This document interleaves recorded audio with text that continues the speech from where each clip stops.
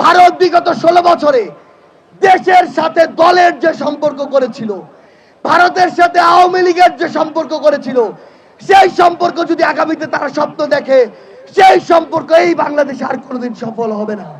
আমরা স্পষ্ট করে আমাদের জায়গা থেকে বলে দিতে চাই, বাংলাদেশ সেনাবাহিনী সহ বাংলাদেশের যে কোনো প্রতিষ্ঠান যারা জনগণের দাবির সাথে থাকবে, জনগণের সাথে থাকবে, দেশের সাথে থাকবে, তাদের সাথেই শুধু জনগণ থাকবে।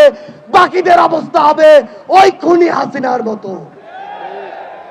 ভারতকে একটা কথা স্পষ্ট করে বলে দিতে চাই, ভারতের সাথে বাংলাদেশের সম্পর্ক তখনই হবে যখন ভারতের সাথে বাংলাদেশের সম্পর্ক হবে সম্মানের, যখন ভারতের সাথে বাংলাদেশের সম্পর্ক হবে সমতার।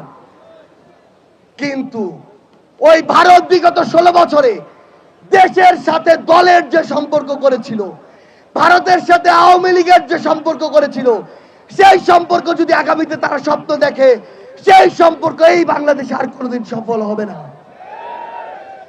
আমরা একটি কথা স্পষ্ট করে বলে দিতে চাই, এই বাংলাদেশে হিন্দু, মুসলিম, বৌদ্ধ, খ্রিস্টান, আমাদের পাড়ের ওই আদিবাসী ভাইরা আমরা একসাথে থাকবো, একসাথে লড়বো।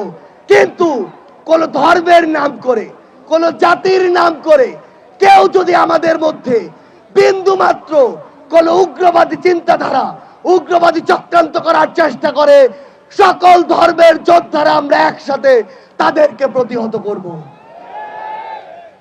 আমরা একটি কথা আমাদের জায়গা থেকে স্পষ্ট করে বলে দিতে চাই, সেটি হচ্ছে এই বাংলাদেশে বিগত 16 বছরে এই যে গুমগুলো হয়েছে, এই যে খুনগুলো হয়েছে, এই যে হত্যাগুলো হয়েছে, এই যে জুলুমগুলো হয়েছে, এই যে গণপ্রজাতন্ত্রী বাংলাদেশ, গণতন্ত্রের বাংলাদেশকে গণজুলুমতন্ত্রের বাংলাদেশে পরিণত করা হয়েছে, সেই বাংলাদেশকে আবার যদি কেউ ওই পুরনো কায়দায় ফিরিয়ে নিতে চায়, আমরা আর তাদেরকে সেই সুযোগ দিব না।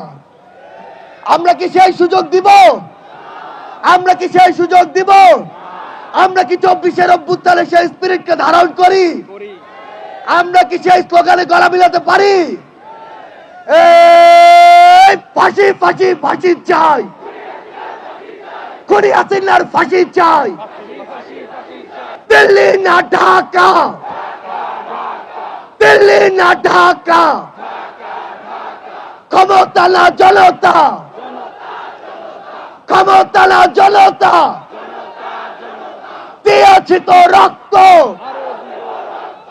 আরো দেব রক্ত,